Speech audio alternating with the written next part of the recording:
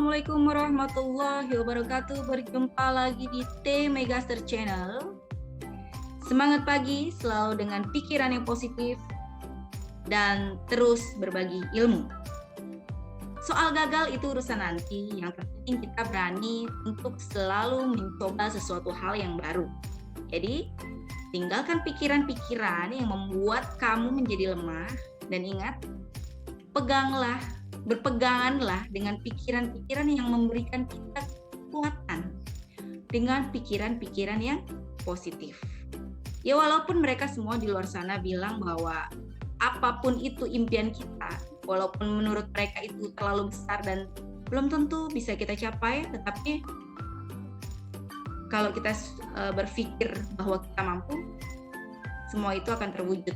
Jangan lupa untuk terus berdoa, berusaha, dan berikhtiar ya. Dan yang paling penting, cara terbaik ya untuk membuat orang lain melihat Anda dengan sesuatu yang amazing adalah dengan keberhasilan yang dimiliki. So, jika Anda ingin sukses, jadilah orang yang berhasil. Jadilah orang yang sukses. Jadilah orang yang bisa menjadi contoh untuk mereka semua. Baik, kita akan masuk ke teori produksi. Ya, sebelum kita mulai, silakan Anda like, subscribe, dan menurut Anda jika memang video ini bermanfaat, silakan di-share ke rekan-rekan lainnya untuk kita lebih berbagi ilmu, ya, berbagi ilmu dan berbagi pengetahuan. Baik, di dalam teori produksi, ya, banyak pertanyaan yang kadangkala memang menjadi sebuah pertanyaan yang umum terjadi, yaitu terkait apa aja, terkait dengan apa sih yang akan diproduksi, ya kan? Kalau kita berbicara tentang produksi, kita juga akan berpikir apa yang akan kita produksi sih. Terus kalau udah kita berpikir jenis apa atau seperti apa atau bentuknya seperti apa produk yang akan kita produksi, terus kita berpikir lagi siapa yang mau produksi, sedangkan misalnya kemampuan yang kita miliki belum cukup, modal yang kita miliki belum cukup, ya. Setelah itu muncul lagi pertanyaan, kapan produksinya, kapan, gitu kan? Gimana nih cara produksinya? Berapa banyak yang harus kita produksi? Nah, semua itu adalah pertanyaan-pertanyaan klasik yang memang secara umum dipertanyakan dalam proses produksi. Dan semua pertanyaan-pertanyaan tersebut, kalau kita lihat jawabannya ada di mana? Dari awal produksi sampai dengan akhir produksi. Semua pertanyaan tersebut adalah satu jawabannya, yaitu pasar. Ya, jadi karena memang semua itu akan berakhir dan dimulainya dari yang namanya pasar. Baik, terkait dengan produksi itu apa? Secara definisi, produksi itu adalah suatu proses penjualan barang dan jasa dari sejumlah input, ya, dari sejumlah input atau sumber daya seperti tenaga kerja, mesin, peralatan, tanah, bahan baku, dan lain-lain. Ya, dari ini mengutip dari Dr. Hasman Zusi, ya, untuk ekonomi manajerial. Baik, kita masuk di kategori bagan produksi, ya. Ini merupakan bagan produksi di mana adanya input, proses, output, ya. Ini semua bertransformasi dari bahan baku masuk ke proses, masuk ke hasil dari produksi. Dari input ke output ini melalui proses transformasi. Dari output supaya bisa diterima di pasar harus ada nilai tambah atau value, ya. Kalau kita bisa definisikan kembali di mana produksi itu dapat kita artikan sebagai proses dari transformasi input menjadi output, ya, atau ditambah lagi dengan value atau nilai tambah. di mana output tersebut ya, output ini harus ada nilai tambah atau value added ya, sehingga apa yang diproduksi itu dapat diterima dengan baik oleh pasar. Ya, input ini merupakan faktor produksi ya, di mana faktor-faktor ini biasanya mempengaruhi banyaknya output yang akan dihasilkan oleh suatu proses produksi. Nah, proses ini merupakan spesifikasi ya dari teknologi atau cara ya bagaimana menghasilkan output yang diharapkan, sehingga dari input ke output ini terjadi transformasi melalui proses ini. Ini penggunaan teknologi, mesin, atau apapun ini strategi semua ada di sini, berproses dia. Ya. Oke. Nah, output ya harus ada nilai tambah. Ya. Jadi jika faktor-faktor produksi ini sudah segera akan diproses dalam proses produksi, kita harus lihat di pasar ini butuhnya seperti apa. Ataukah memang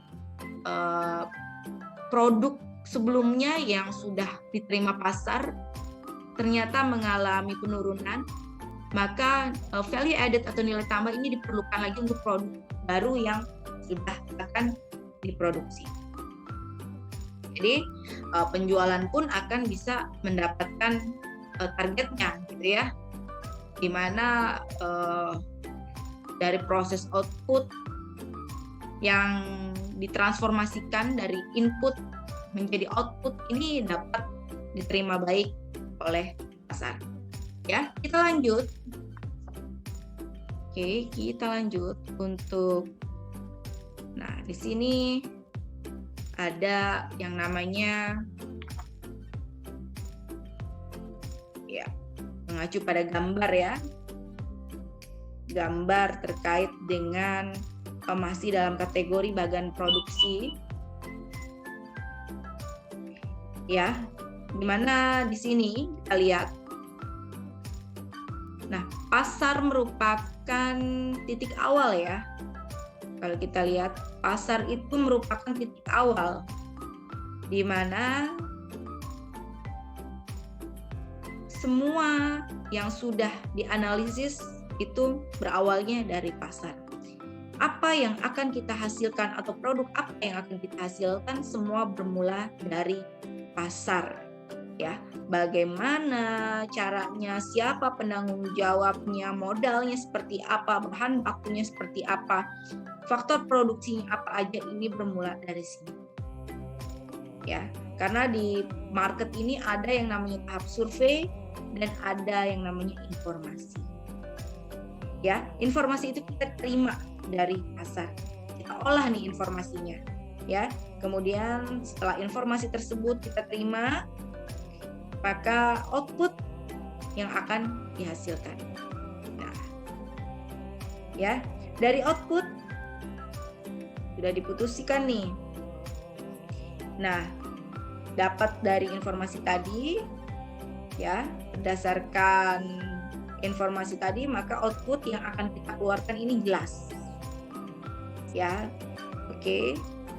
Kemudian ya kita akan melihat lagi bagaimana proses transformasi ini terjadi ya. Otomatis kalau perusahaan itu kita berawal dari sini ya, kita akan berbicara dari dua sisi, dari market dan dari pemasok.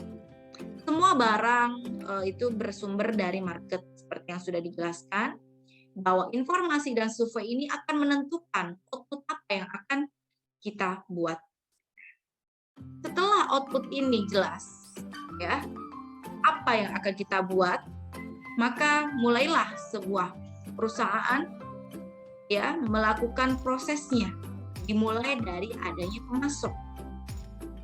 Ya, pemasok ini akan melakukan MOU terhadap perusahaan, ya.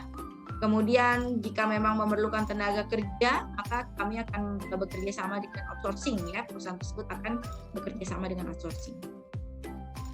Ya, ada MOU, ada kepercayaan, maka masuklah ke proses input Ya, di sini proses input ini banyak macamnya, dimulai dari bahan baku, ya, bahan mentah, ya, kita mulai mencari tadi yang namanya supplier untuk membantu kita terkait dengan faktor-faktor produksi, apakah bahan baku, tenaga kerja, mesin, teknologi, dan lain sebagainya. Ya, semua ini dibina dengan pola pendekatan, ya, sehingga terjadi win-win solution. Nah, kepercayaan ini terbangun. Nah, proses transformasi dari input menjadi output berproses di sini. Ya, dari yang namanya tadi trust MOU, bekerja sama dengan outsourcing, ya, semua ini kita bina terjadilah proses produksi, maka dihasilkan output. Jangan lupa yang namanya output ini supaya diterima dan menghasilkan target yang sesuai, value added ini perlu. Ya, ini merupakan bagian dari fungsi produksi. Oke, kita lanjut. Nah, fungsi produksi ini, ya, adalah suatu bentuk fungsi matematika yang menyatakan hubungan korelasi antara input dengan output pada tingkat teknologi tertentu, ya. Jadi di dalam fungsi produksi terdapat persamaan, ya, untuk persamaan-persamaan tersebut adalah sebagai berikut, ya. Ada Q, ada F kali K dikali L, terus ada Q, Q itu masuk dalam output, ya. Q sama dengan F kali K kali L ini merupakan rumus dari fungsi produksi, ya. Oke, kita lanjut. Untuk K itu merupakan input capital, ya. Kalau L ini merupakan input labor atau tenaga kerja. Oke, kita masuk lagi. Ya, kita masuk lagi ke terdapat dua jenis input di dalam proses produksi. Kita minimize dulu karena ada, ya, ada bagannya lagi. Oke, terdapat dua jenis input di dalam proses produksi, yaitu ada fixed input dan ada variable input. Nah, ya, ada fixed input dan ada variable input. Fixed input dan variable input ini menentukan fungsi produksi, ya. Inilah yang akan menentukan bagaimana tingkat penggunaan kedua input ini, ya, akan menentukan fungsi produksi yang baik. Nah, kemudian dalam menentukan fungsi produksi ini ada yang namanya istilah short run production function, ada long run production function. Jadi ada fungsi produksi jangka pendek dan ada fungsi produksi jangka panjang. Nah, jika kita berbicara terkait dengan fungsi produksi jangka panjang, ada istilah yang kita kenal dengan isoquant, ya, dengan isoquant. Nah, kita akan berbicara tentang short run production function atau kita sebut sebagai fungsi produksi jangka pendek, di mana tahapan produksi yang menyatakan maksimum output, ya, dihasilkan dari sejumlah input, ya, di mana ada satu input itu yang dianggap tetap atau fix, ya. Jadi ini merupakan tahapan produksi yang menyatakan di mana output yang dihasilkan dari sejumlah input, di mana ada salah satu input tersebut yang menjadi fix atau yang tetap, ya.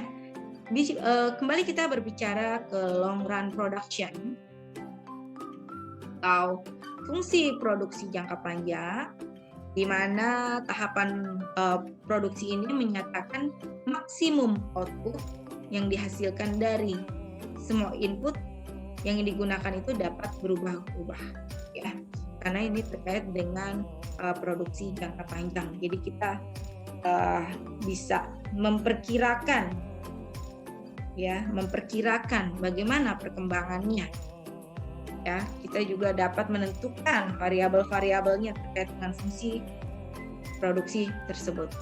Nah, isoquant ini adalah suatu kurva, ya, yang menyatakan tempat kombinasi dua buah input yang menghasilkan output yang sama. Nah, di mana ISO ini artinya sama, kuan ini artinya kuantitas ya, atau jumlah.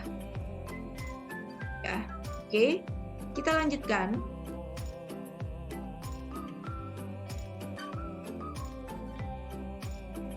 Dalam menganalisis fungsi produksi, terdapat beberapa istilah ya.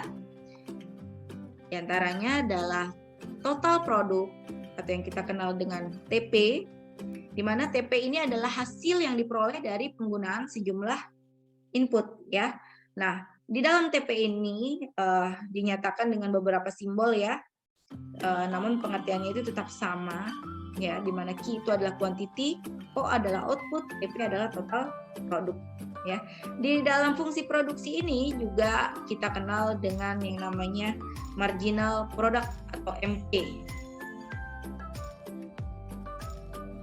Ada MP. Ini merupakan besaran perubahan terhadap total produk setiap terjadi perubahan. Dalam tanda kutip, peningkatan penggunaan input variabel dengan catatan input lain tidak berubah atau tetap. Ya, ini juga dinyatakan ya dengan simbol di mana MP delta TP per delta input. Oke, kita masuk ke average cost.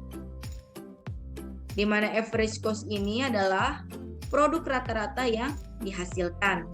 Dinyatakan dengan simbol AP sama dengan TP dibagi input. Ya, itu tadi merupakan beberapa istilah yang kita biasa temui dalam menganalisis fungsi produksi. Ada TP, ada MP, dan ada AC atau average cost. Baik, kita masuk ke produktivitas atau average product. Ya, di dalam produktivitas ini digunakan untuk menyatakan ya seberapa baik kontribusi sebuah input terhadap output. Dengan rumus sebagai berikut. Produktivitas itu output dibagi input ya. Kita masuk ke contoh soal. Ya, kita akan masuk ke contoh soal. Oke, langsung aja nomor 1.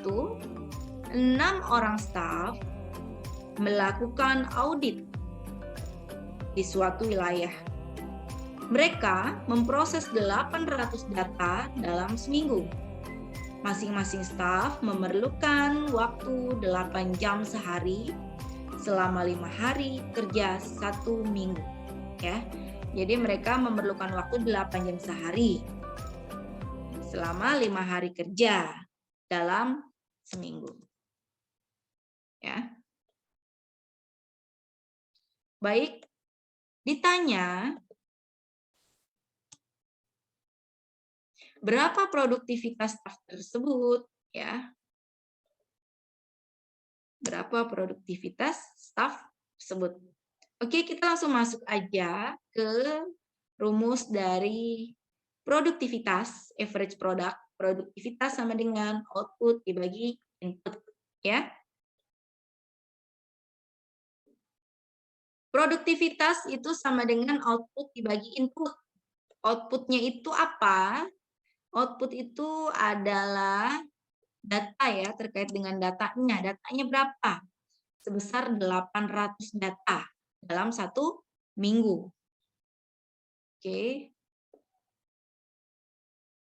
Dalam 1 minggu. Baik, kita masuk lagi. Ya, kita sini 10 ya. Baik. Data itu 800 data, inputnya itu apa aja?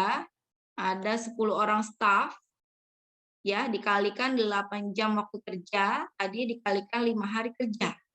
Ya, ini 10 orang staff masuk dalam input ya, 8 jam sehari, 5 hari ya, 5 hari kerja. Ini masuk dalam input. Jadi kita masukkan inputnya 10 kali 8 kali 5. Nah, 800 data dibagi 400 jam. Maka kita dapatkan hasil 2 formulir per jam. Sehingga kita dapat menjawab produktivitas staf tersebut di dalam 1 hari itu adalah mereka menghasilkan 2 formulir per jamnya. Ya, jadi tinggal kita kalkulasikan saja jika dalam 1 hari. Ya, karena di 1 hari itu ada 8 jam. Baik. Kita lanjutkan, sudah cukup jelas ya. Output itu adalah 800 data, input itu termasuk dalam jumlah orangnya, jumlah karyawannya, 8 itu adalah jam kerjanya, 5 itu adalah hari kerjanya. Ya, dihasilkan 2 formulir per jam dalam 1 hari. Ya. Per jamnya itu dapat 2 formulir, dalam 1 hari itu berarti 8 jam kerja. 2 kali 8 itu berarti 16 formulir per hari. Baik, kita masuk ke nomor 2, diketahui biaya kuliah bahasa asing di lokasi A Rp 200, biaya kuliahnya ya. 1 kelas ruang untuk mata kuliah itu ada 2 SKS. Di dalam 1 kelas itu ada 20 mahasiswa. Gaji pengajarnya berapa? Sebesar 2.000 per kelas. Biaya buku ya, di sini ada biaya buku itu ada Rp50 per mahasiswa per kelas ya.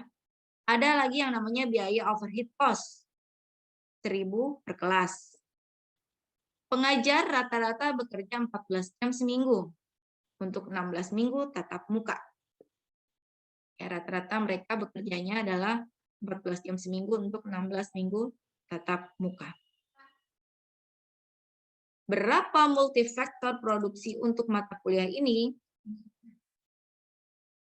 Baik, kita langsung jawab.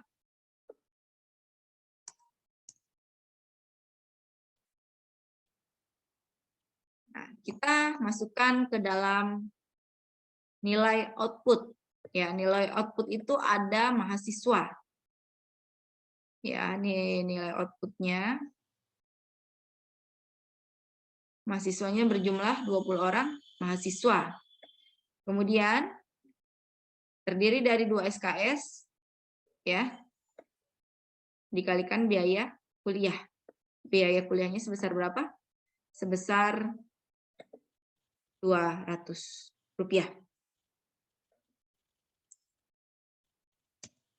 Oke. Nah, maka nilai output dihasilkan sebesar 20, kita kalikan 2 SKS dikalikan 200, hasilnya adalah 8.000 per kelas. Ya, Rp 8.000 per kelas. Ini adalah nilai output.